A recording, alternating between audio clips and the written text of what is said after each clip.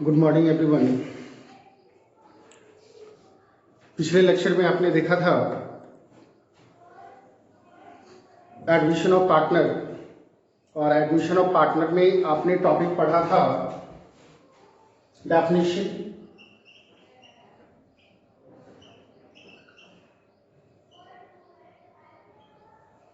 Means किस तरह के पार्टनर एडमिट हो सकते हैं। और मैंने ये भी बताया था कि Indian partnership contract act 1932 section 31 के अकॉर्डिंग जब तक फर्म के सभी साझेदार ना चाहे तब तक कोई भी साझेदार बाहर का या फर्म का ही कोई व्यक्ति, चाहे वो एम्प्लॉई हो या मैनेजर हो, वो एडमिट नहीं हो सकता है।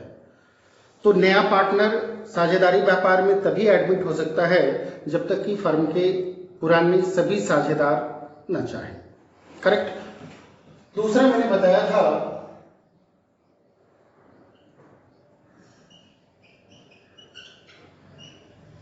Effect on firm for new partner admit. नए साझेदार के एडमिट होने पर फर्म के ऊपर क्या इफेक्ट पड़ता है, साझेदारी व्यापार के ऊपर क्या इफेक्ट पड़ता है। थर्ड पॉइंट मैंने बताया था needs for admission of new partner. नए साझेदार के एडमिशन की आवश्यकता क्यों होती है, ये सारा टॉपिक पिछले लेक्चर में मैंने बताया था।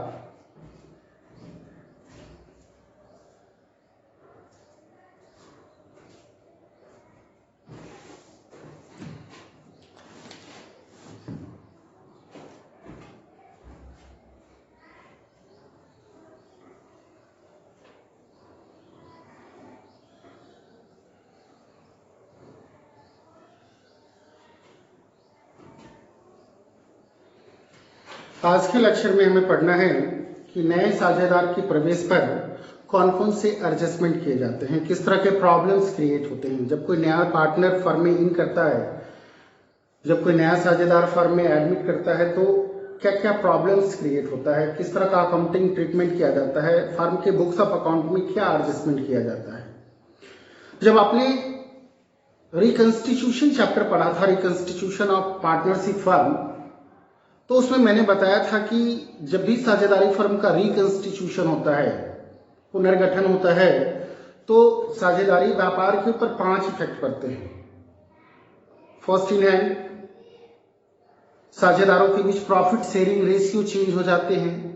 तो अब जो एडमिशन चैप्टर पढ़ रहे हो उस चैप्टर में भी फर्स्ट इन हैंड साझेदारों के बीच प्रॉफिट शेयरिंग रेशियो चेंज हो जाएगा। जब भी नए साझेदार का प्रवेश होगा तो साझेदारों के बीच प्रॉफिट शेयरिंग रेशियो चेंज होगा। Second number, profit sharing ratio change होने पर किसी पार्टनर का प्रॉफिट शेयरिंग रेशियो पहले की अपेक्षा बढ़ जाएगा तो किसी पार्टनर का प्रॉफिट शेयरिंग रेशियो पहले की अपेक्षा घट जाएगा। और मैंने ये भी बताया था पिछले लेक्चर में, पिछले वीडियो में, कि जिस पार्टनर का प्रॉफिट शेयरिंग रेशियो पहले की अपेक्षा बढ़ जाता है वो पार्टनर कंपनसेट करता है उस पार्टनर को जिसका प्रॉफिट शेयरिंग रेशियो पहले की अपेक्षा घट जाता है। इसका मतलब हर गेन करने वाला पार्टनर सैक्रिफाइस करने वाले पार्टनर को कंपनसेट करता है, और वही कंपनसेट का अमाउंट हम लोग गुडविल कहते हैं। उसी कंपनसेशन अमाउंट को हम लोग क्या कहते हैं, गुडविल कहते हैं। तो सेकेंड एडजस्टमेंट गुडविल का भी होगा। थर्ड नंबर में मैंने बताया था कि जब भी रिकंस्टिट्यूशन होता है तो रिकंस्टिट्यूशन से पहले फर्म के बैलेंस शीट में जो जनरल रिजर्व रहता है,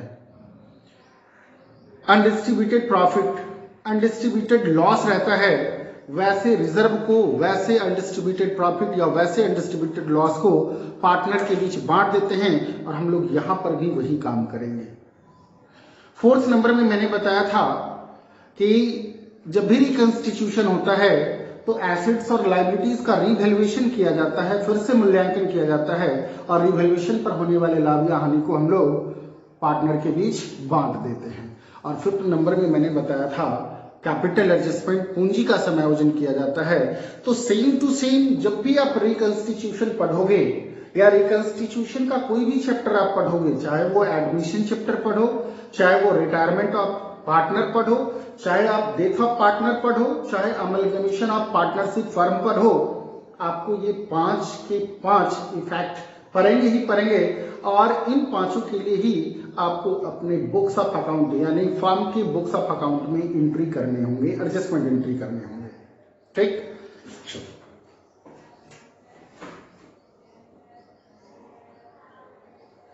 सबसे पहले हम लोग यहाँ पर ये देखेंगे कि जब भी कोई नया साझेदार, न्यू पार्टनर फर्म में एडमिट होता है, नया साझेदार फर्म में एडमिट करता है, प्रवेश करता है, तो नया पार्टनर आखिर क्या लेकर के आता है, न्यू पार्टनर क्या लेकर के आता है। तो नया साझेदार जब फर्म में एडमिट करता है तो वह 2 चीजें लेकर के आता है।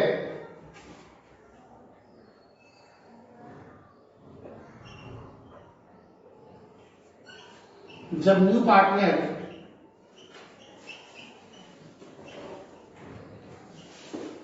फर्म में एडमिट करता है या फिर फर्म में शामिल होता है, तो वह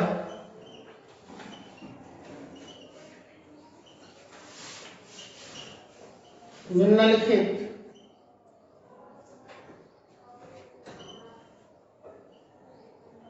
व्यापार में लेकर आता है।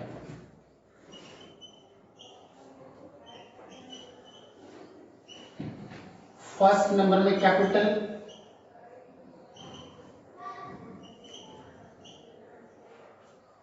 यानी पूंजी, एंड सेकंड नंबर में प्रीमियम या गुडविल, जिसको हम लोग कहते हैं प्रव्याजी या फिर ख्याति।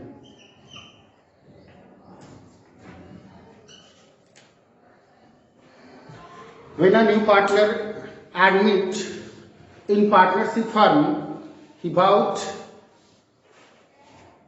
2, number 1 capital and number 2 premium और गुडविल। जब भी कोई नया साझेदार फर्म में करता है तो वो 2 चीजें लेकर के आता है, एक तो कैपिटल और दूसरा प्रीमियम या गुडविल। अब कैपिटल क्यों लेकर के आता है? कैपिटल मीन्स पूंजी। तो कैपिटल क्यों लेकर के आता है? जब भी आपके सामने में ये आपके पास सवाल खड़ा करूं तो आप कहोगे सर वो बिजनेस करने के लिए कैपिटल लेकर के आता है। क्या वो बिजनेस करने के लिए कैपिटल लेकर के आता है? तो मैं ये कहूंगा कि बताओ प्रीमियम या गुडविल क्यों लेकर के आता है? फिर आप शांत हो जाओगे कि वाकई में प्रीमियम या गुडविल लेकर के क्यों आता है। चलो कैपिटल लेकर के क्यों आता है? फर्म के एसेट्स में हिस्सा पाने के लिए।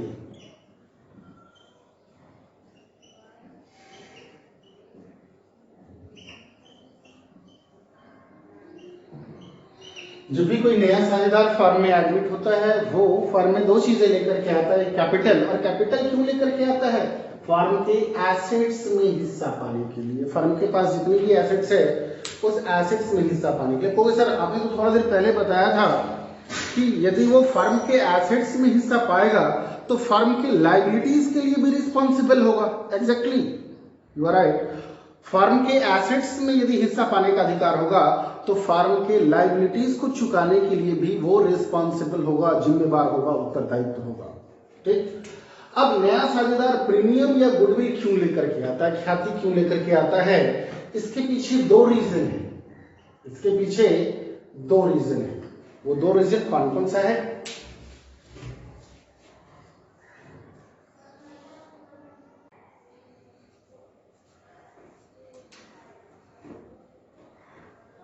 फर्स्ट रीजन, पहला रीजन तो ये है कि जब भी कोई नया साझेदार फर्म में प्रवेश करता है तो वह फर्म पुरानी फर्म होती है। पहले से वह फर्म विद्यमान होती, एग्जिस्टिंग होती है और उस फर्म को चलाने के लिए जो पुराने साझेदार होते हैं वो काफी मेहनत करते हैं और कुछ समय के बाद फर्म अपने अस्तित्व में आता है।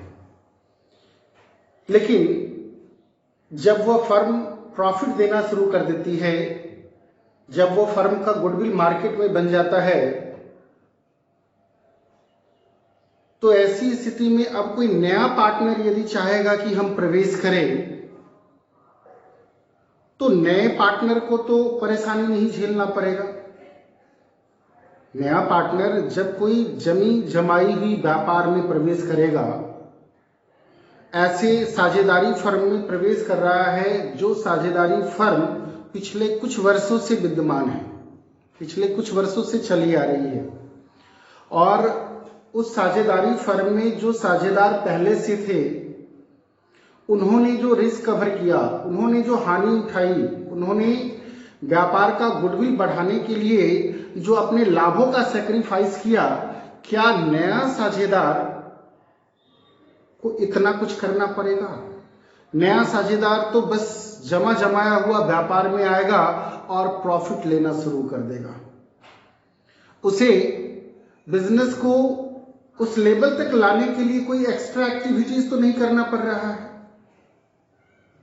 तो क्या ये न्याय संगत होगा कि आप जो बिजनेस का प्रॉफिट ले रहे हो, you are a old partner, आप पुराने साझेदार हो और आप जब साझेदारी व्यापार आप लोगों ने मिलकर स्टार्ट किया था तो उस समय में आपको बहुत सारे प्रॉब्लम्स क्रिएट हुए थे, बहुत सारी परेशानी झेलनी पड़ी थी, आपने बहुत बड़ा बड़ा रिस्क कवर किया होगा। कभी ऐसा भी समय आया होगा जो आप लॉस में भी बिजनेस किए होंगे, कभी ऐसा समय आया होगा जो आपने बीईपी पर बिजनेस किया होगा, no profit no gain no loss पर आपने बिजनेस किया होगा। लेकिन अब जब कुछ समय के बाद आपका बिजनेस डेवलप हो चुका है, आपका बिजनेस काफी अच्छा खासा प्रॉफिट दे रहा है और उस टाइम में यदि कोई बाहर का व्यक्ति, नया साझेदार, नया व्यक्ति चाहेगा कि आपके फर्म का पार्टनर बन जाए, तो क्या सिर्फ और सिर्फ कैपिटल लेकर के आप उसको लाभ में हिस्सेदार बना लोगे? उसे कोई हानि नहीं सहन करनी पड़ी, यानी उस साझेदारी व्यापार जो आप कर रहे हो उसके लिए उसे कुछ त्याग नहीं करना पड़ा, बना बनाया आकर के भोजन सिर्फ करेगा वो। तो जब बना बनाया भोजन आकर के सिर्फ उसे करना है, तो क्या ये न्याय संगत होगा कि वो कैपिटल के अलावे कुछ लेकर के नहीं आए? तो पहला रीजन है, सबसे मेन रीजन यदि देखा जाए तो वो प्रीमियम या गुडविल क्यों लेकर के आता है। तो इसके आंसर में आप ये कह सकते हो कि फर्म के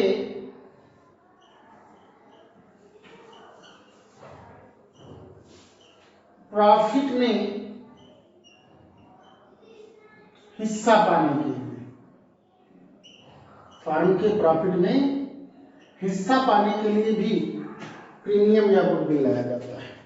नया साझेदार कैपिटल लेकर के क्यों आता है? फर्म के एसेट्स में हिस्सा पाने के लिए। तो नया साझेदार प्रीमियम या गुडविल का अमाउंट, एक्स्ट्रा अमाउंट, कैपिटल के अलावे जो वो अमाउंट लेकर के आता है, एक्स्ट्रा अमाउंट जिसको हम लोग प्रीमियम या गुडविल कहते हैं, वो क्यों लेकर के आता है? तो इसके आप आंसर में कह सकते हो कि फर्म के प्रॉफिट में हिस्सा पाने के लिए नया साझेदार प्रीमियम लेकर के आता है। यदि नया साझेदार प्रीमियम, कैपिटल के अलावे प्रीमियम या गुडविल का अमाउंट लेकर के नहीं आएगा, तो पुराने साझेदार अपने लाभ के हिस्से का सैक्रिफाइस नहीं करेगा। पुराने साझेदार अपने लाभ के हिस्से का सैक्रिफाइस नहीं करेगा। ठीक, मैंने इसके पीछे दो रीजन बताया। सबसे पहला रीजन तो मैं ये बता रहा हूं कि न्यू पार्टनर पुराने पार्टनरशिप फर्म में यदि एडमिट करेगा, तो पुराने पार्टनरशिप में फर्म में एडमिट करने के लिए उसे किसी भी प्रकार का कोई रिस्क सहन नहीं करना पड़ रहा है। वो पहले से जमे जमाए हुए बिजनेस में, ऐसा बिजनेस जो सिर्फ अभी प्रॉफिट दे रहा है, नंबर ऑफ कस्टमर अधिक है, कस्टमर को बुलाने की आवश्यकता नहीं है, पहले से मार्केट में बिजनेस जमा हुआ है, ऐसे बिजनेस में यदि कोई नया पार्टनर इन करता है, एडमिट करता है, तो तो उसे कैपिटल के अलावे भी और भी एक्स्ट्रा राशि ला करके देनी पड़ेगी। किसको? ओल्ड पार्टनर को, ताकि ओल्ड पार्टनर ने जो पिछले कुछ वर्षों से हानि सही है, उन्होंने जो बिजनेस को डेवलप करने में जो उन्होंने मेहनत किया है, उसकी मेहनत का पुरस्कार समझ करके न्यू पार्टनर कैपिटल के अलावे एक्स्ट्रा अमाउंट लेकर के आता है और वह ओल्ड पार्टनर को देता है। करेक्ट। और दूसरा रीजन क्या है? दूसरा रीजन यह है कि जब भी कोई नया साझेदार फर्म में इन करता है, फर्म में प्रवेश करता है, तो उसके लिए वो क्यों प्रवेश कर रहा है? फर्म की प्रॉफिट में हिस्सा पाने के लिए। क्या उसके लिए प्रॉफिट पहले से रखा हुआ था कि यदि कोई नया पार्टनर आएगा तो उसको प्रॉफिट दिया जाएगा? ऐसा नहीं है। जब भी कोई नया पार्टनर फर्म में इन करता है तो बिजनेस में कुछ न कुछ लाभ पाने की लालसा से, लाभ में हिस्सा पाने की इच्छा से, तो लाभ तो पहले से उसके लिए सेव करके नहीं रखा हुआ है कि चलो न्यू पार्टनर आएगा और उसको प्रॉफिट में हिस्सा दे दिया जाएगा। तो लाभ का हिस्सा आखिर कौन सेक्रीफाइस करेगा? पुराने पार्टनर। लाभ का हिस्सा कौन सेक्रीफाइस करेगा? पुराने पार्टनर सेक्रीफाइस करेगा, तभी नए पार्टनर को मिलेगा। फॉर एग्जाम्पल, ए और बी पार्टनर है, ठीक है, जो 3:2 के रेशियो में प्रॉफिट बोन कर रहा है, प्रॉफिट सहन कर रहा है, 3:2 के अनुपात में लाभ हानि सहन कर रहा है। यानी 5 रुपया में ए को लाभ में हिस्सा कितना मिल रहा है? 3 रुपया, और बी को लाभ में हिस्सा कितना मिल रहा है? 2 रुपया। अब सी मान लो कि एक न्यू पार्टनर के रूप में एडमिट कर रहा है, नया साझेदार है, ठीक। तो सी तो बिजनेस में इन कर रहा है, साझेदारी फर्म में इन कर रहा है, वो भी तो कुछ ना कुछ लाभ में हिस्सा लगा। मान लो कि सी 1/4 शेयर के लिए, लाभ में 1/4 हिस्सा के लिए सी फर्म में प्रवेश कर रहा है, तो ये 1/4 वो किससे लेगा? अब तो प्रॉफिट में 1 भी रुपया नहीं बचा हुआ। 5 रुपया में 3:2, 3 रुपया ए को मिल रहा है और 2 रुपया बी को मिल रहा है, तो लाभ में हिस्सा तो कुछ बचा नहीं। लेकिन उसी 5 रुपया में 1/4 हिस्सा के लिए कौन प्रवेश किया? सी। तो यहां पर लाभ में हिस्सा सी को जो मिलेगा, तो जब तक ए और बी सैक्रिफाइस नहीं करेगा, अपने लाभ का हिस्सा त्यागेगा नहीं सी के पक्ष में, तब तक क्या सी को लाभ में हिस्सा मिलेगा? तो ए लाभ का हिस्सा सी के पक्ष में सैक्रिफाइस करेगा, बी भी अपने लाभ का कुछ हिस्सा सी के पक्ष में सैक्रिफाइस करेगा, तभी तो सी को 1/4 हिस्सा मिलेगा, 1/4 के लिए वो बिजनेस में आएगा। ए यदि सैक्रिफाइस ना करे, बी यदि अपने प्रॉफिट के हिस्से को सैक्रिफाइस ना करे सी के लिए, तो क्या सी लाभ में हिस्सेदार हो सकता है? नहीं हो सकता है। अब बात यहां पर ये हो रही है कि ए अपने प्रॉफिट के शेयर को क्यों सैक्रिफाइस करेगा सी के लिए, और यदि ए सैक्रिफाइस कर रहा है सी के लिए, तो ए को इसके बदले में क्या मिल रहा है? बी अपने प्रॉफिट का हिस्सा सी के लिए सैक्रिफाइस कर रहा है, अपने प्रॉफिट में से कुछ हिस्सा सी को दे रहा है काट करके, तो इसके लिए बी को क्या मिल रहा है? कुछ न कुछ तो मिलना चाहिए। तो सी जितने हिस्से को प्राप्त करता है, सी प्रॉफिट में जितने हिस्से को प्राप्त करता है ओल्ड पार्टनर से, उतने हिस्से के लिए जो अमाउंट ए और बी को देता है, यानी ओल्ड पार्टनर को ला करके देता है, किसके अलावे? कैपिटल के अलावे। वो जो कैपिटल ला रहा है वो तो ला रहा है, वो तो एसेट्स और लायबिलिटीज में हिस्सेदार होने के लिए, लेकिन कैपिटल के अतिरिक्त जो अमाउंट सी लेकर के आ रहा है, वो क्यों लेकर के आ रहा है? प्रॉफिट में हिस्सा पाने के लिए। किससे हिस्सा पाने के लिए? ओल्ड पार्टनर से। ए और बी दोनों ओल्ड पार्टनर हैं, तो सी कैपिटल के अलावा जो भी अमाउंट लेकर के आ रहा है, जिसको हम लोग गुडविल या प्रीमियम कहते हैं, वो अमाउंट प्रॉफिट में हिस्सा पाने के लिए ला रहा है, और ये प्रॉफिट में हिस्सा वो किससे पाएगा? ओल्ड पार्टनर से पाएगा। इसका मतलब है कि न्यू पार्टनर के एडमिट होने पर, नए साझेदार के प्रवेश होने पर, पुराने साझेदार के द्वारा अपने प्रॉफिट का हिस्सा सैक्रिफाइस किया जाता है इन द फेवर ऑफ सी, सी के पक्ष में, नए साझेदार के पक्ष में। तो नए साझेदार इसके लिए, इस सैक्रिफाइस के लिए, इस त्याग के लिए ओल्ड पार्टनर को जो अमाउंट से कंपनसेट करता है, जिस धनराशि से क्षतिपूर्ति करता है, त्याग का, सैक्रिफाइस का, कंपनसेट करता है, उस अमाउंट को ही हम लोग प्रीमियम या गुडविल कहते हैं। क्लियर है? अब तो समझ में आया कि नए साझेदार के द्वारा प्रीमियम क्यों लाया जाता है। सबसे पहले यहां पर दो बातें हम लोग कहेंगे कि नए साझेदार व्यापार में दो चीजें लेकर के आता है, कैपिटल और दूसरा प्रीमियम। वो कैपिटल क्यों लेकर के आता है? व्यापार के एसेट्स में हिस्सा पाने के लिए। लेकिन मैंने एक चीज और यहां पर आपको बताई कि सिर्फ व्यापार के एसेट्स में ही हिस्सा नहीं पाता है, एसेट्स के लिए ही वो अधिकारी नहीं होता है, बल्कि व्यापार के हर लायबिलिटीज, जो बैलेंस शीट के लायबिलिटी साइड में लायबिलिटीज, चाहे वो रिकॉर्डेड लायबिलिटीज हो, चाहे वो अनरिकॉर्डेड लायबिलिटीज हो, उस लायबिलिटीज को पूरा करने के लिए भी नया साझेदार रिस्पॉन्सिबल है, जिम्मेदार है। ठीक। और दूसरा, कैपिटल के अलावे कुछ और अमाउंट लेकर के आता है, इन कैश भी लेकर के आता है, कैश में नहीं भी लेकर के आता है। तो कैपिटल के अलावे जो भी धनराशि, जो भी अमाउंट न्यू पार्टनर लेकर के आता है, वो क्यों लेकर के आता है? प्रॉफिट में हिस्सा पाने के लिए। किससे हिस्सा पाने के लिए? किससे हिस्सा पाने के लिए? ओल्ड पार्टनर से हिस्सा पाने के लिए।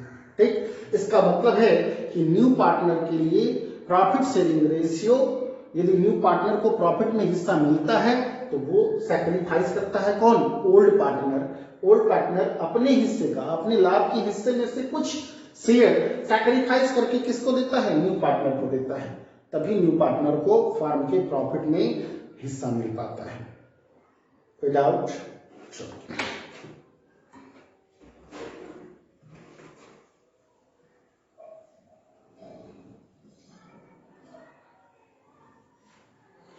तो आप यहां पर लिख सकते हो, फर्स्ट रीजन में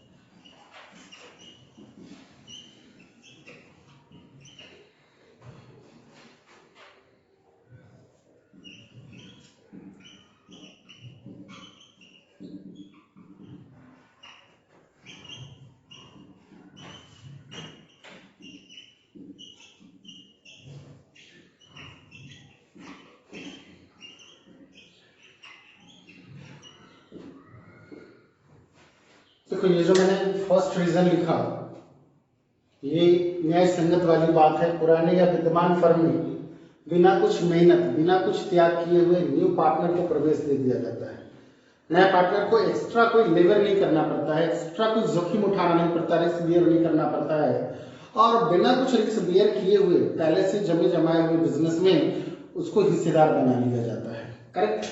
लेकिन ये न्याय संगत नहीं है। चलो हिस्सेदार तो बना लिए, हमें जरूरत थी, कैपिटल की जरूरत थी, हमें ज्यादा कैपिटल चाहिए था, या फिर हमें व्यक्तियों की कमी थी, साझेदारों की कमी थी, या फिर और कई रीजन थे नए साझेदार के एडमिशन के लिए। लेकिन क्या यह न्याय संगत है कि आप हमारे पुराने बिजनेस में प्रवेश कर रहे हैं और ऐसे बिजनेस में प्रवेश कर रहे हैं जिसमें आपको परिश्रम करने की जरूरत नहीं है? ऐसे बिजनेस में आप प्रवेश कर रहे हैं जो बिजनेस ऑलरेडी पहले से डेवलप है, जिसका गुडविल बढ़ा हुआ है, पहले से गुडविल अधिक है, और फर्म का लाभार्जन क्षमता भी पहले से अधिक है। और ये बढ़ाने के लिए, गुडविल बढ़ाने में, फर्म का लाभार्जन क्षमता बढ़ाने में किसका योगदान है? पुराने साझेदार का योगदान होता है। तो पुराने साझेदार के इस योगदान के बदले में नए साझेदार के द्वारा कैपिटल के अलावे जो अमाउंट दिया जाता है, उस अमाउंट को ही हम लोग गुडविल कहते हैं। और दूसरा रीजन तो मैंने बताया भी था, क्या?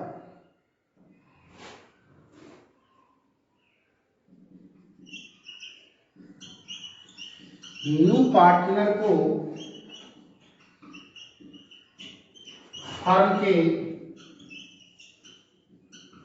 प्रॉफिट या लॉस में हिस्सा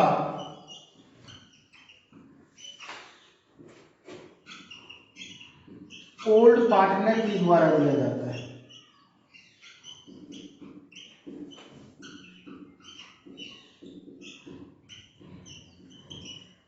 न्यू पार्टनर को फर्म के प्रॉफिट या लॉस में हिस्सा किसके द्वारा दिया जाता है? ओल्ड पार्टनर के द्वारा दिया जाता है। अर्थात ओल्ड पार्टनर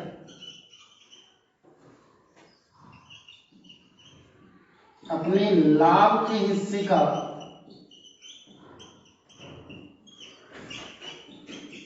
सैक्रिफाइस करते हैं ताकि न्यू पार्टनर को मिल सके, और इसी सैक्रिफाइस के बदले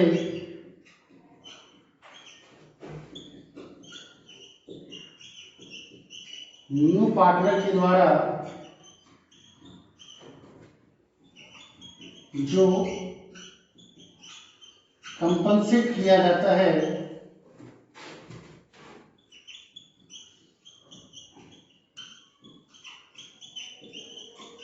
उस अमाउंट को ही प्रीमियम या गुडविल कहते हैं।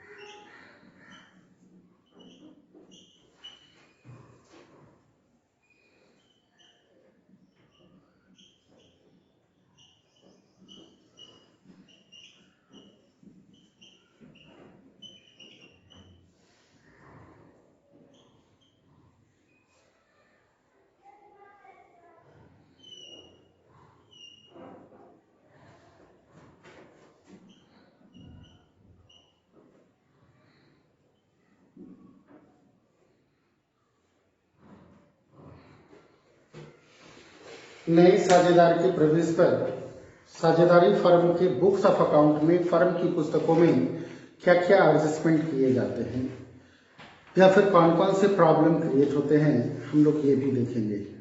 ठीक,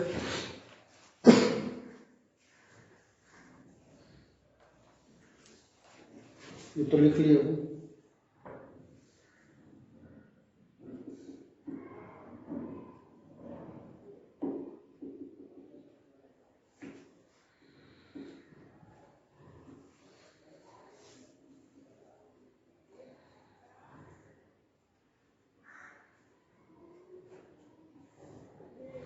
मिटा दे इसको।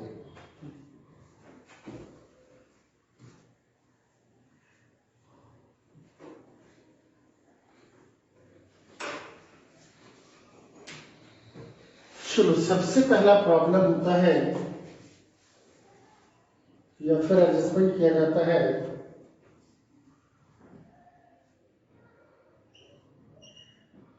नए लाभ विभाजन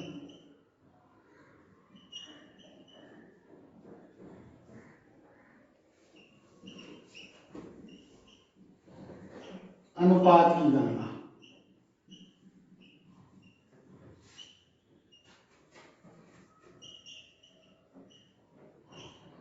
computation of new profit sharing ratio. Number 2,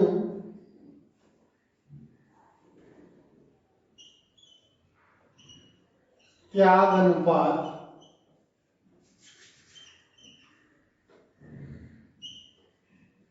ज्ञात करना।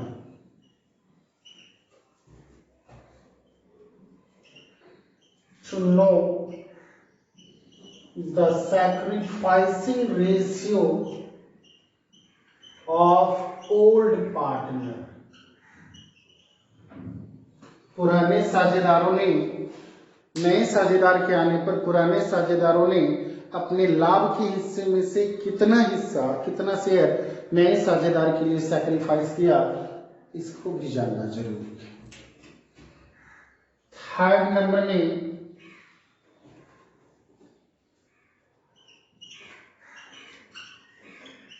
रिजर्व अनडिस्ट्रीब्यूटेड प्रॉफिट या अनडिस्ट्रीब्यूटेड लॉस का पुराने साझेदारों के बीच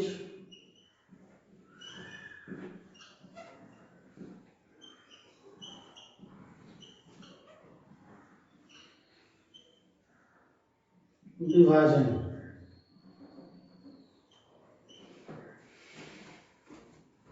means division of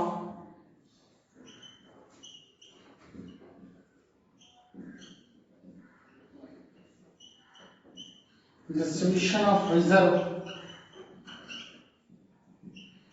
undistributed profit or loss among old partner।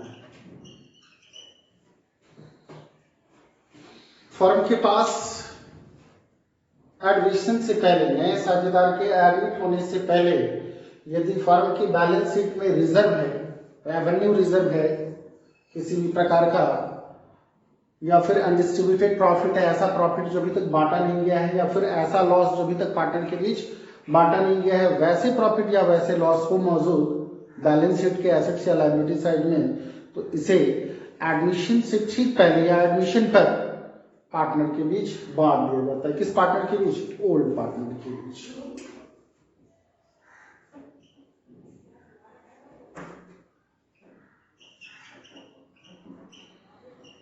Accounting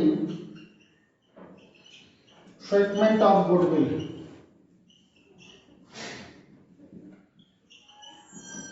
ख्याति का लेखांकन व्यवहार।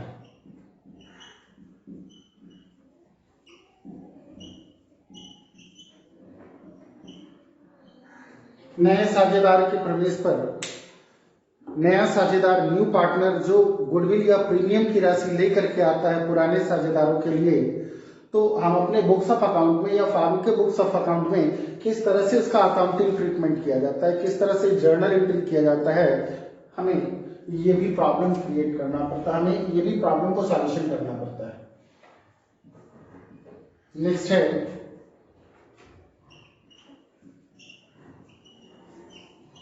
Revaluation of assets and liabilities.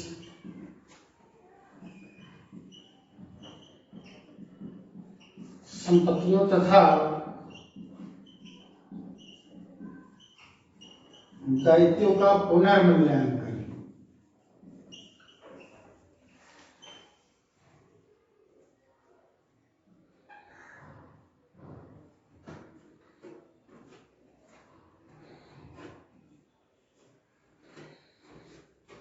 और लास्ट है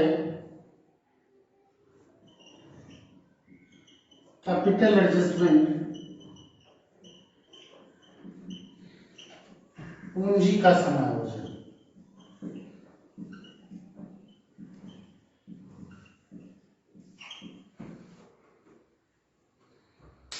जब भी कोई नया पार्टनर फर्म में प्रवेश करता है, एडमिट होता है, तो इतने सारे एडजस्टमेंट फर्म की बुक में इतने सारे एडजस्टमेंट करने होते हैं, जिसमें से computation of new profit sharing ratio, नए साझेदार का न्यू प्रॉफिट शेयरिंग रेशियो की गणना करना।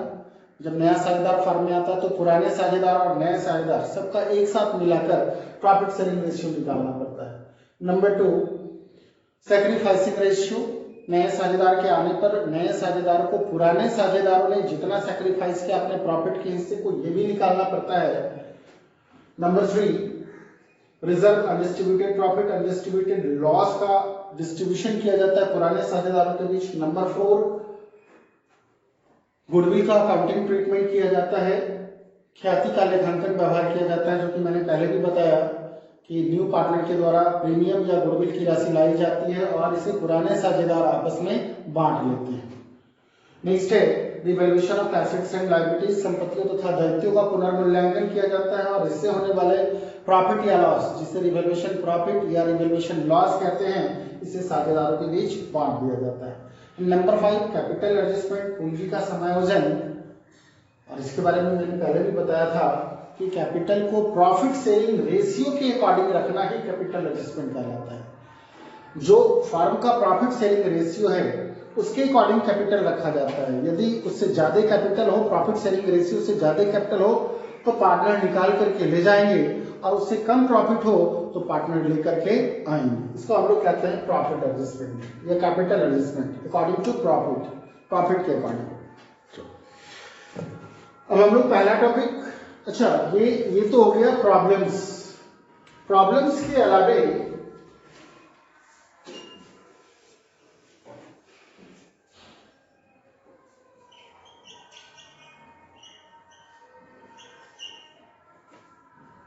यदि हम लोग अकाउंटिंग देखें तो फर्म की पुस्तकों में लेखांकन किस प्रकार किया जाता है। Number first journal entry. Number first journal entry. यदि आपके क्वेश्चन में कहा जाएगा कि इन सारे चीजों के लिए, इन सारे एडजस्टमेंट के लिए आप जर्नल एंट्री करो, तो यहां पर जर्नल एंट्री आपको करनी होगी। ठीक। नंबर सेकेंड, यदि जर्नल नहीं करने को कहा गया तो आपको कहा जाएगा रिवैल्यूएशन अकाउंट तैयार करें। आपको कहा जाएगा रिवैल्यूएशन अकाउंट तैयार करें। तो सेकंड नंबर में हो गया आपका रिवैल्यूएशन अकाउंट। थर्ड नंबर में partners capital account, and fourth number में balance sheet, revised balance sheet तैयार होगा।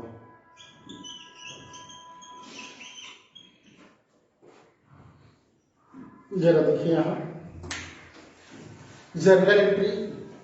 यदि आपके क्वेश्चन में कहा जाए कि आवश्यक जर्नल एंट्री करो, तो हम लोग जर्नल एंट्री कर लेंगे। यदि आपके क्वेश्चन में कहा गया रिवैल्यूएशन अकाउंट तैयार करें, तो आपने changing profit sharing ratio chapter में जिस तरह से रिवैल्यूएशन अकाउंट तैयार किया एसेट्स और लायबिलिटीज के वैल्यू में इंक्रीज या डिक्रीज के लिए, ठीक उसी तरह हम लोग रिवैल्यूएशन अकाउंट तैयार करेंगे। और यदि आपके क्वेश्चन में कहा गया पार्टनर्स कैपिटल अकाउंट तैयार करें, तो पार्टनर्स कैपिटल अकाउंट के साथ साथ लास्ट में ये भी लिखा हुआ रहेगा बैलेंस शीट तैयार करें। तो जर्नल कहा गया करने के लिए तो सिर्फ जर्नल करें। और आपके क्वेश्चन में यदि कहा जाए कि necessary accounts to be open, आवश्यक खाते खोले, तो आवश्यक खाते में दो ही होगा, एक रिवैल्यूएशन अकाउंट और दूसरा पार्टनर्स कैपिटल अकाउंट। एक रिवैल्यूएशन और दूसरा पार्टनर्स कैपिटल अकाउंट। और थर्ड नंबर में आपको कह सकता है रिवाइज्ड यानी संशोधित चिट्ठा तैयार करें। एडमिशन के बाद संशोधित चिट्ठा तैयार करें। तो आपके क्वेश्चन में तीन में से कुछ भी कहा जा सकता है। यदि आपके क्वेश्चन में कहा गया कि जर्नल तैयार करें, तो सिर्फ आवश्यक जर्नल प्रविष्टि कर देना, तब नेसेसरी अकाउंट नहीं खोलना। लेकिन आपके क्वेश्चन में कहा गया कि नेसेसरी अकाउंट के साथ बैलेंस शीट भी तैयार करें, तो नेसेसरी अकाउंट में दो अकाउंट्स खोले जाएंगे, एक रिवैल्यूएशन अकाउंट और दूसरा पार्टनर्स कैपिटल अकाउंट। और थर्ड नंबर में कहा जा सकता है बैलेंस शीट तैयार करो। ठीक, ये तीनों ही आपको सीखना है, जर्नल एंट्री, नेसेसरी अकाउंट्स और बैलेंस शीट। ठीक, अब यहां पर किस सब के लिए जर्नल होगा? यदि आपके क्वेश्चन में कहा गया कि जर्नल करे, तो किस सब के लिए जर्नल होगा? इसके लिए कोई जर्नल नहीं होगा। जरा ध्यान देंगे, यहां पर न्यू प्रॉफिट शेयरिंग रेशियो निकालने के लिए कोई जर्नल नहीं होगा। ये वर्कआउट करके हम लोग न्यू प्रॉफिट शेयरिंग रेशियो को कंप्यूट कर लेंगे। करेक्ट, इसके लिए वर्कआउट करना पड़ेगा, कोई डाउट नहीं। सैक्रिफाइसिंग रेशियो निकालने के लिए भी कोई जर्नल एंट्री नहीं होगा, no journal entry for determine sacrificing ratio. Clear है? रिजर्व अनडिस्ट्रीब्यूटेड प्रॉफिट लॉस का पुराने साझेदारों के बीच, इसके लिए जर्नल होगा। अकाउंटिंग ट्रीटमेंट ऑफ गुडविल, इसके लिए जर्नल होगा। रिवैल्यूएशन के लिए जर्नल होगा। कैपिटल एडजस्टमेंट के लिए जर्नल होगा। इसका मतलब यदि आपके क्वेश्चन में कहा जाए जर्नल करने के लिए, तो हम जर्नल को तीन कैटेगरी में बांटेंगे। मेरी बात पर ध्यान दें, ये दोनों वर्कआउट है, ये दोनों वर्कआउट करके हम लोग न्यू रेशियो और सैक्रिफाइसिंग रेशियो निकाल लेंगे। लेकिन यदि आपके क्वेश्चन में कहा गया जर्नल करने के लिए, तो हम लोग किसका किसका जर्नल करेंगे, इसको मिटा दे रहे हैं।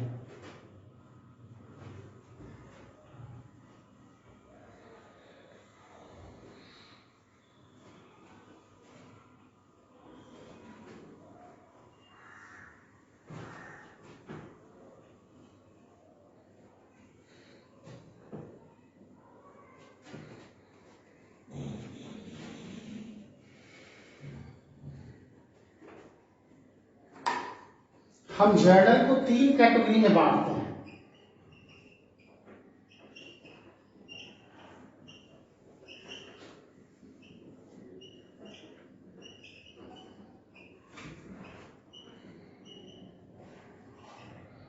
फॉर्म की पुस्तकों में जर्नल करना है। जर्नल को हम तीन कैटेगरी में बांटते हैं। ठीक, फर्स्ट कैटेगरी में तीन जर्नल एंट्री, फर्स्ट कैटेगरी में तीन जर्नल एंट्री। और किस चीज का जर्नल एंट्री होगा? न्यू पार्टनर के द्वारा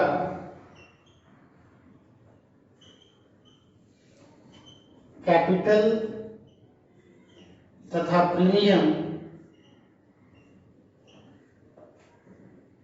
लाने का, न्यू पार्टनर के द्वारा कैपिटल तथा प्रीमियम लाने का। ठीक, कैश या bank account debit,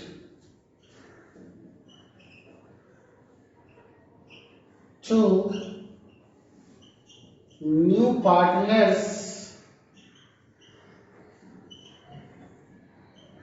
capital account, to premium account या premium for goodwill account, narration capital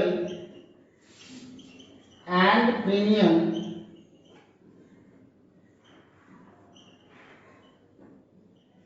brought in by new partner.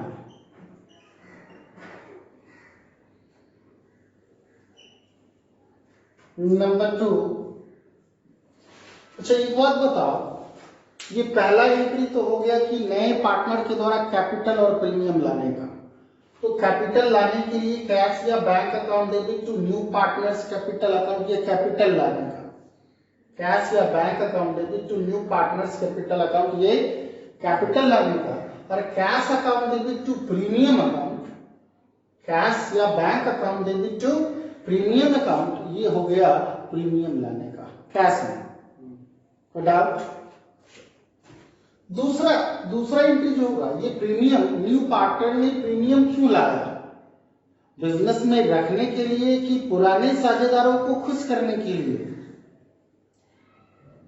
नया साझेदार जो प्रीमियम, कैपिटल के अलावा प्रीमियम ला रहा है, उस प्रीमियम पर नए साझेदार का अधिकार होगा कि पुराने साझेदार का अधिकार होगा?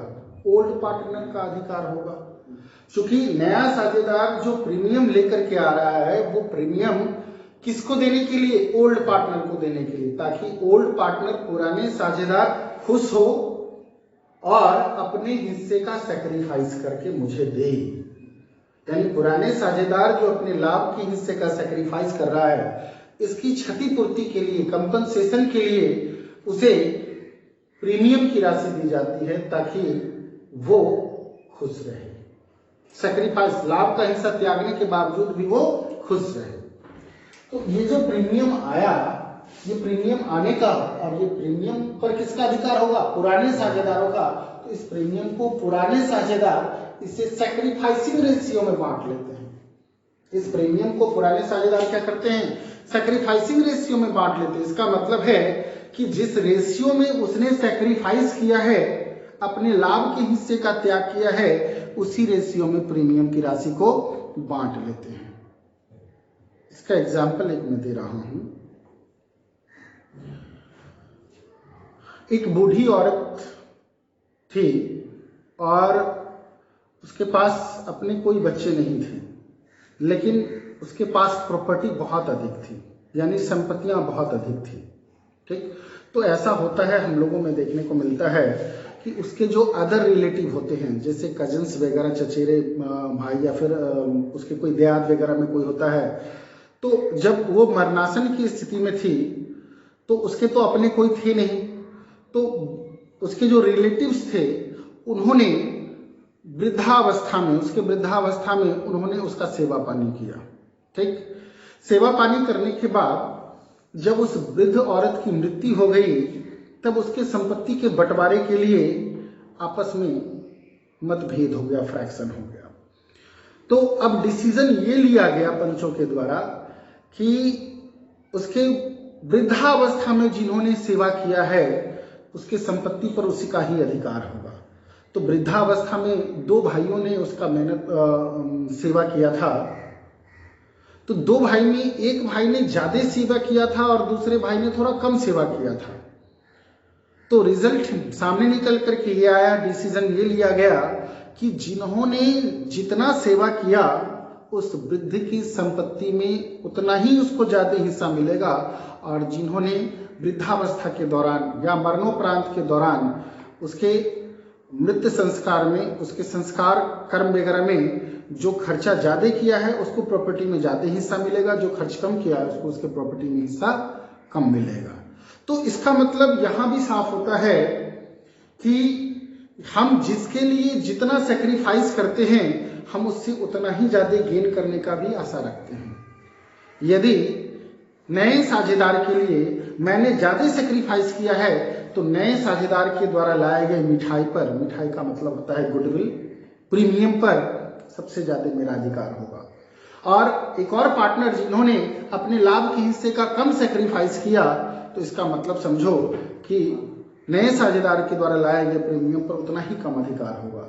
तो प्रीमियम का जो बंटवारा होता है वो प्रॉफिट शेयरिंग रेशियो में नहीं होता है, प्रीमियम का बंटवारा हमेशा सैक्रिफाइस रेशियो में होता है। इसका मतलब है कि पुराने साझेदार जिस रेशियो में अपने लाभ का हिस्सा सैक्रिफाइस करते हैं, त्याग करते हैं, उसी रेशियो में वो प्रीमियम का बंटवारा करेंगे। तो दूसरा एंट्री हो जाएगा प्रीमियम बांटने का।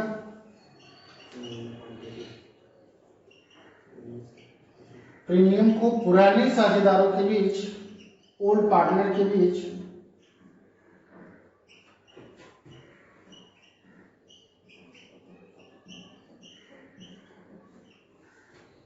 ओल्ड रेशियो जो यहां पर लिख रहे हैं इसको काट करके आप लिखो सैक्रिफाइसिंग रेशियो में बांट देगा।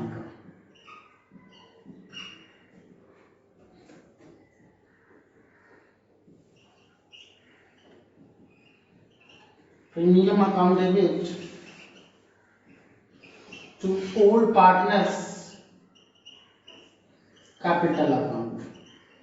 प्रीमियम की राशि ओल्ड पार्टनर के बीच बांट दी गई। अमाउंट ऑफ प्रीमियम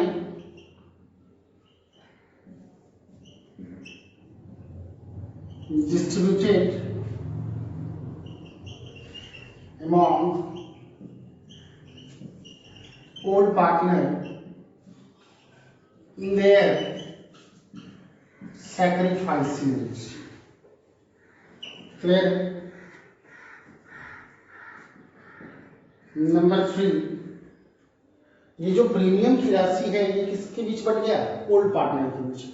अब यदि प्रीमियम की राशि चाहे तो ओल्ड पार्टनर निकाल करके ले भी जा सकता है फर्म से बाहर, और यदि उसको जरूरत नहीं है तो वो प्रीमियम की राशि को फर्म में ही रहने देगा। तो थर्ड एंट्री यदि आप कर दोगे तो इसका मतलब है कि प्रीमियम का अमाउंट पुराने साझेदार फर्म से बाहर निकाल कर ले गया, और यदि आप थर्ड एंट्री नहीं करते हो इसका मतलब है कि प्रीमियम वाला अमाउंट फर्म में ही है, कैपिटल बढ़ गया पुराने साझेदारों का। तो थर्ड नंबर का अमाउंट पर स्टार लगा रहे हैं, ये तभी होगा, थर्ड नंबर की एंट्री तभी होगी जब आपके क्वेश्चन में स्पष्ट, थर्ड नंबर का एंट्री आप तभी करें जब आपके क्वेश्चन में स्पष्ट लिखा हुआ रहे कि प्रीमियम की राशि पुराने साझेदार फर्म से बाहर निकाल कर ले जाती है, तभी ये एंट्री करें, अदरवाइज ये एंट्री ना करें थर्ड नंबर का।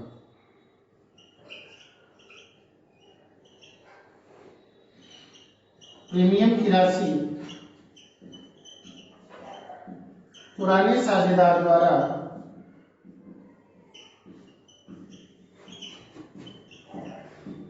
फर्म से बाहर निकालने पर amount of premium with due by old partner, amount of premium with due by old partner. तो प्रीमियम की राशि फर्म से बाहर निकलेगी तो ओल्ड पार्टनर का कैपिटल डेबिट करेंगे, old partners capital account debit जिसने निकाला है, टू यहां पर हो जाएगा cash account.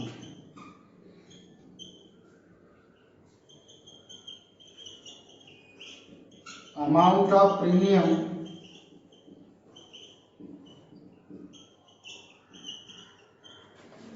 which due by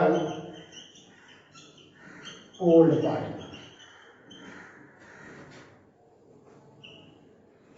मैंने कहा था कि जर्नल को 3 कैटेगरी में बांटते हैं, बोला था ना, जर्नल को 3 कैटेगरी में बांटते हैं। फर्स्ट कैटेगरी में 3 जर्नल होगा, ये फर्स्ट स्टेंजा है। फर्स्ट कैटेगरी में 3 जर्नल होगा, एक नए साझेदार के द्वारा कैपिटल और प्रीमियम लाने का, दूसरा प्रीमियम की राशि कुछ कहेगा नहीं लेकिन आपको खुद प्रीमियम की राशि पुराने साझेदारों के बीच बांट देना होगा, और थर्ड नंबर का एंट्री तभी होगा जब आपके क्वेश्चन में स्पष्ट लिखा हो, डिक्लेयर हो कि साझेदार ने प्रीमियम की राशि फर्म से बाहर निकाल ली। ये फर्स्ट कैटेगरी का एंट्री है। सेकंड कैटेगरी में हम लोग 2 जर्नल करते हैं, 2 जर्नल, एक एसेट साइड के लिए और एक लायबिलिटी साइड के लिए। पहले ये तो समझ में आ गया, हम लोग 3 जर्नल करेंगे। फर्स्ट कैटेगरी पर नए साझेदार के द्वारा कैपिटल और प्रीमियम लाने का, प्रीमियम को पुराने साझेदारों के बीच सैक्रिफाइस रेशियो में बांटने का, और प्रीमियम की राशि पुराने साझेदार के द्वारा फर्म से बाहर निकालने का।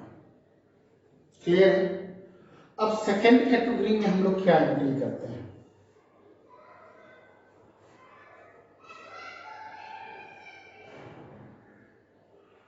बताएं इसको।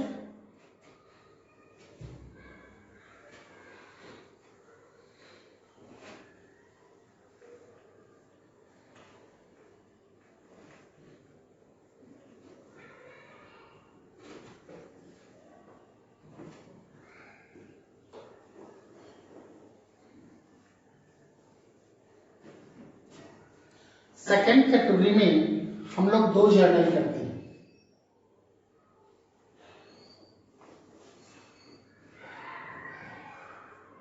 तो 3 जर्नल तो पहले किए हुए थे, 4th और 5th। हम 2 जर्नल किसका करेंगे जरा सा यहां देख रहे हैं। ये है फर्म का balance sheet,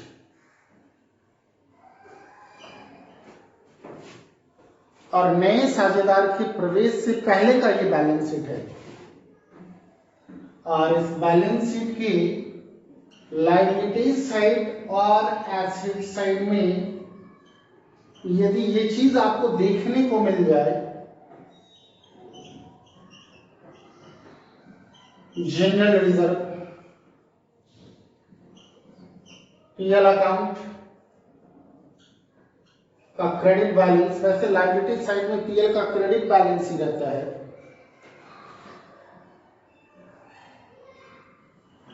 workmen compensation fund या compensation reserve, WCF means workmen compensation fund या कंपनसेशन रिजर्व। ठीक,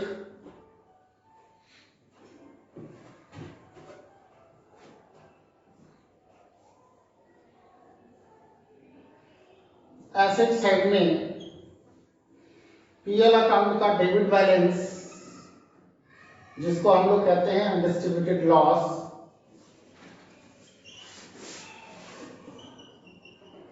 एडवर्टीजमेंट सस्पेंस अकाउंट, यदि ये सभी देखने को मिल जाए तो इसे हम लोग साझेदारों के बीच बांट देते हैं। ठीक, और एक और चीज है यहाँ पर गुडविल, जिसको हम लोग कहते हैं अपीयरिंग गुडविल। ये अपीयरिंग गुडविल है, ये परचेज गुडविल है, और परचेज गुडविल हमेशा फर्म के लिए लॉस होता है। यदि बैलेंस शीट के एसेट साइड में गुडविल भी देखने को मिल जाए तो इसे भी हम लोग साझेदारों के बीच बांट देते हैं। तो इसको बांटने के लिए क्या जर्नल होगा?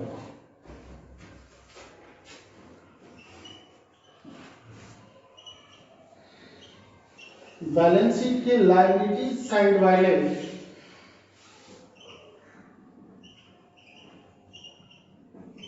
आइटम को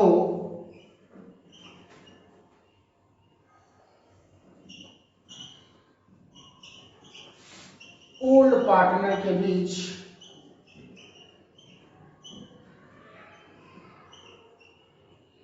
बांटने का।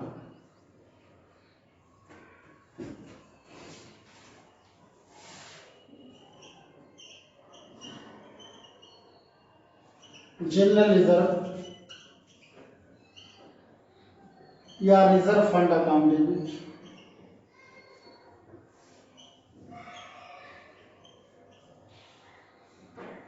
PL account debit,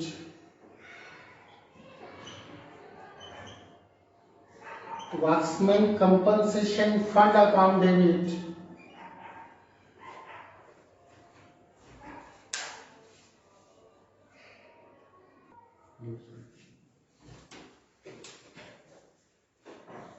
to old partners capital account.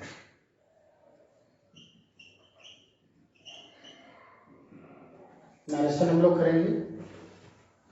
Then या तो रिजर्व रहेगा तो रिजर्व, प्रॉफिट एंड लॉस रहेगा तो प्रॉफिट एंड लॉस, WCF रहेगा तो WCF, distributed amount old partner in old ratio, पुराने अनुपात में लोग बांट देते हैं। यदि बैलेंस शीट के एसेट साइड में ये तीनों में से कुछ भी दिख जाए, बैलेंस शीट के एसेट साइड में ये तीनों में से कुछ भी दिख जाए तो इसको भी हम लोग पार्टनर के बीच बांट देंगे। लायबिलिटीज में दिखेगा तो भी या एसेट्स में दिखेगा तो भी। लायबिलिटीज में यदि तीनों में से कोई भी दिख गया तो इसको बांटने के लिए, समाप्त करने के लिए एंट्री, और एसेट साइड में ये तीनों में से कोई भी दिख गया तो इसको भी समाप्त करने के लिए हम लोग इस तरह का एंट्री करेंगे। ओल्ड पार्टनर्स,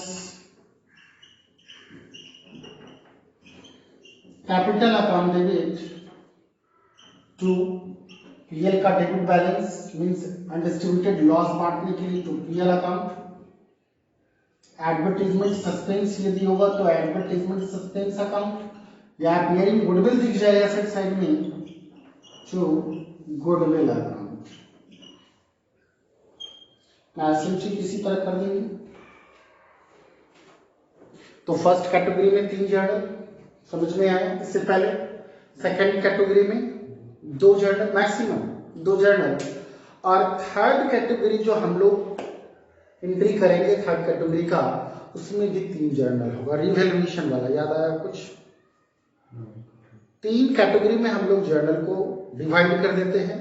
फर्स्ट कैटेगरी में नए पार्टनर के द्वारा कैपिटल प्रीमियम लाने का, प्रीमियम को बांटने का और प्रीमियम की राशि फर्म से निकालने का।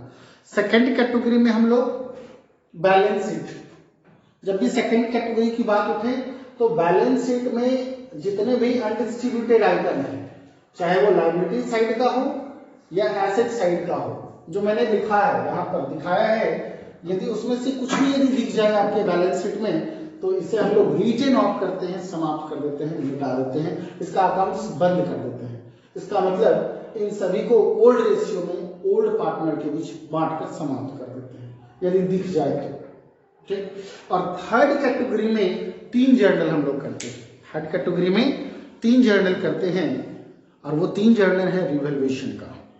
याद होगा पिछले चैप्टर में मैंने किया था रिवैल्यूएशन पर प्रॉफिट के लिए, रिवैल्यूएशन पर लॉस के लिए, रिवैल्यूएशन पर प्रॉफिट या लॉस को पार्टनर के बीच बांटने के लिए। इसको बता दें,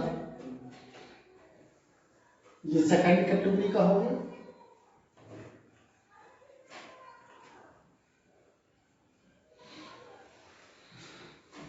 थर्ड कैटेगरी में जो हम लोग एंट्री करेंगे मात्र 3 जर्नल करेंगे, और वो जर्नल करने के लिए सबसे पहले हम ये देखेंगे कि बैलेंस शीट में जो भी एसेट्स या लायबिलिटीज है, उस एसेट्स या लायबिलिटीज के वैल्यू में यदि वृद्धि हो रहा है या कमी हो रही है, वो एडिशनल इंफॉर्मेशन में लिखा हुआ रहेगा।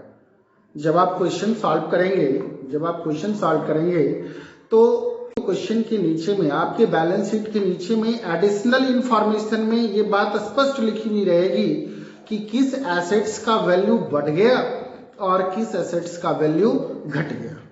तो जिस एसेट्स का वैल्यू बढ़ जाए या जिस एसेट्स का वैल्यू घट जाए, तो बढ़ने या घटने पर या तो प्रॉफिट होगा या तो लॉस होगा। तो यदि प्रॉफिट हो चाहे लॉस हो, इस प्रॉफिट या लॉस का एंट्री हम लोग करते हैं रिवैल्यूएशन के माध्यम से, करेक्ट। तो थर्ड कैटेगरी में भी हम लोग 3 एंट्री करेंगे।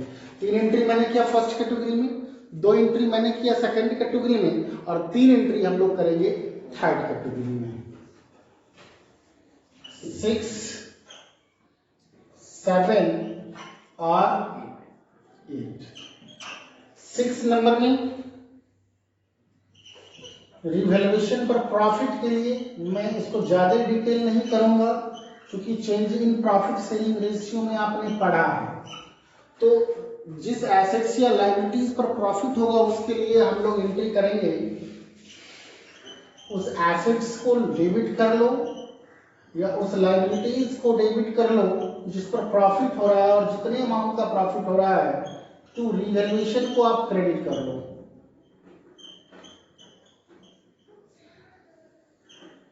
नेक्स्ट एंट्री करेंगे रिवैल्यूएशन पर लॉस के लिए। यदि एसेट्स का वैल्यू घट रहा है, यदि आपकी बैलेंस शीट में जो एसेट्स दे रखा है उसका वैल्यू घट रहा है, या आपके बैलेंस शीट के लायबिलिटीज में जो लायबिलिटी साइड में जो लायबिलिटीज दे रखा है उसका वैल्यू बढ़ रहा है, तो इससे जो लॉस हो रहा है फर्म को, तो वैसे लॉस के लिए भी हम लोग जर्नल करते हैं revaluation account debit to assets account to liabilities account, narration कर लेंगे। अब ये प्रॉफिट और ये लॉस दोनों को एडजस्ट करने के बाद कुछ तो जरूर होगा, या तो प्रॉफिट ही अधिक होगा या तो लॉस ही होगा। यदि प्रॉफिट अधिक है और लॉस कम है, प्रॉफिट अधिक है और लॉस कम है, तो प्रॉफिट में से लॉस को घटाने के बाद जो बचेगा वो प्रॉफिट होगा, उसको रिवैल्यूएशन प्रॉफिट कहेंगे। यदि लॉस अधिक है और प्रॉफिट कम है तो लॉस में से प्रॉफिट माइनस करोगे तो जो सरप्लस अमाउंट बचेगा वो लॉस कहलाएगा, उसको हम लोग कहेंगे रिवैल्यूएशन लॉस। तो रिवैल्यूएशन प्रॉफिट हो या रिवैल्यूएशन लॉस हो, उसे पार्टनर के बीच बांटना चाहिए। रिवैल्यूएशन प्रॉफिट या लॉस को पार्टनर के बीच डिस्ट्रीब्यूट करने के लिए यानी बांटने के लिए, प्रॉफिट बांटने के लिए, प्रॉफिट बांटने के लिए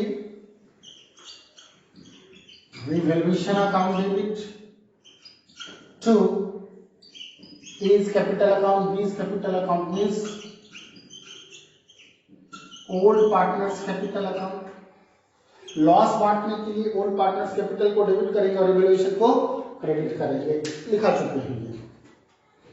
तो जब आपके क्वेश्चन में कहे जर्नल एंट्री करने के लिए तो हम लोग कुल मिलाकर के 8 जर्नल, ध्यान दें, कुल मिलाकर के 8 जर्नल, 8 जर्नल में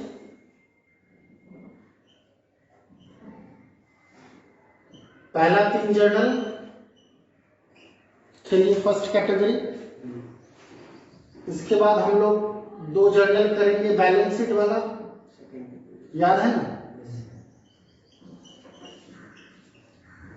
ठीक। और फिर 3 जर्नल जो हम लोग करेंगे वो कौन सा, रिवैल्यूएशन वाला, ठीक है। यदि आप ये समझ चुके हो तो जर्नल एंट्री करने में आपको कहीं कोई प्रॉब्लम नहीं होगा। बस सिर्फ याद रखना है कि मेरे को मैक्सिमम 8 जर्नल करने हैं, जर्नल एंट्री यदि कहा जाएगा तो। फर्स्ट कैटेगरी में 3 जर्नल, सेकंड कैटेगरी में 2 जर्नल एंड थर्ड कैटेगरी में 3 जर्नल।